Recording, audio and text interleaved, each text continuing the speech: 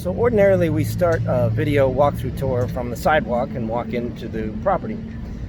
But in the case of 27 Sheffield, I thought it would be fun to show you where the house is located relative to Adams Park, which is where I'm sitting right now. So we'll start the tour from here. I'm going to put the camera into hyperlapse mode and skate over to 27 Sheffield Street, which should be a little bit of fun. So we'll see you inside. Let's get started. 27 Sheffield is in a great location. It's about a half a mile from Roslindale Village, and more importantly, 0.4 miles from Delfino Italian Restaurant, which in my opinion is one of the best Italian restaurants in the city of Boston. And if you don't believe me, we can fight about it over some zuppa di pesce or maybe some linguine frutti di mare. So we're approaching the property now. Let's go inside. 27 Sheffield was built in the early 1900s. Hard to discern the exact date. I can't find the actual original building permit on file. But typically these buildings, these neighborhoods were being constructed sometime between 1890 and 1910. You enter the unit into the living room from the front stairs. There are three doors, one that goes to a little tiny hallway to the kitchen. There's a door to the front porch, which is a covered deck. We'll see that in a moment. And then there's a wide doorway into the dining area. This side of the building gets some amazing afternoon sunlight and southern exposure. The kitchen, which I think was renovated in roughly 2008, has some black granite counters. The lower cabinetry, I believe, is maple, and the upper cabinetry may actually be original, but it's some nice custom wood. The rear bedroom, I guess you'd call the master, has another room. They had finished some time in maybe 2000 or so. They finished the rear decking and turned that into more living space.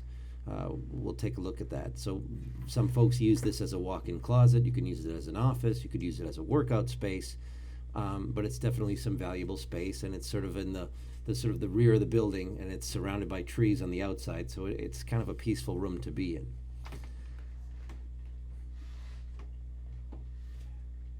The unit sort of revolves around this small hallway, and here's the bathroom, a fully tiled bath and shower area. This was also, I think, renovated in around 2008. Don't have an exact year on that, but I think that's about right. The little hallway that the unit revolves around, where you can get to the kitchen, both bedrooms, and then the dining room. Here's the rear bedroom, currently being used as a children's bedroom. It's a good-sized room. It also gets some great afternoon sunlight, so it can be a little darker in the morning for those who like to sleep in. As I said, the dining room really gets and the living room really gets some beautiful afternoon light. But let's go out onto the deck and take a look out there. I think when these folks bought it, this deck was one of the major selling points.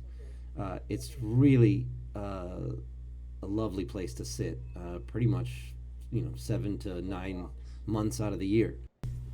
It's certainly one of their favorite places to hang out.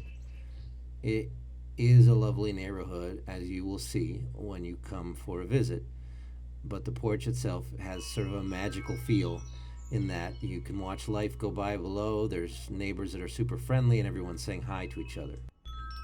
Let's go down to the basement and take a look at some of the mechanicals. The hallway to the basement is in the center part of the house, which is a little uncommon compared to, say, your typical triple-decker. There's two entrances to the basement. There's one there that you just saw to get outside to the yard from the hallway, and then there's another smaller door that goes directly to the basement. You can see to the right. Each unit has its own washer-dryer, and this is more or less a common area for everybody. Each unit also has its own storage. Let's go into Unit 2 storage. It begins here. It's a pretty diverse area. There's a closet, there's a work sort of table. There's a lot of space in here, enough for plenty of shelving. This is where the heating system and the hot water heater are also housed. The heating system, we think, is about 8 to 10 years old, and the hot water tank was installed in 2013. There's 60 amps of electrical service, though there's been a fair amount, if you look at the permit history, of electrical work done over the years. So the house is in pretty good shape. The garden area, which is mostly tended to by the first floor owner, is beautiful. The first floor owner would welcome any help, but it is for him a passion, and so he doesn't mind doing a fair amount of that work. Here's the driveway. The parking area is for the unit is to the left, the empty spot there. There's 2 spaces, tandem, so behind. There's enough room in the driveway really for 2 for each of the upper units, and then 2 for unit 1, 2 for unit 2, and 1 for unit 3. The backyard, which is shared in common, is lovely. Each unit has its own grill area. The grounds are just wonderfully cared for, and you'll see that when you make an appointment to come and visit. One thing that's worth noting is that the association has planned to re-side the building entirely with Tyvek insulation and composite shingles. That is a work that is slated to be done this summer. We're still waiting on very specific timing on that, but for anyone that could be making a bid on 27 Sheffield, this is something that would probably be completed before you moved in. Well, that's the tour.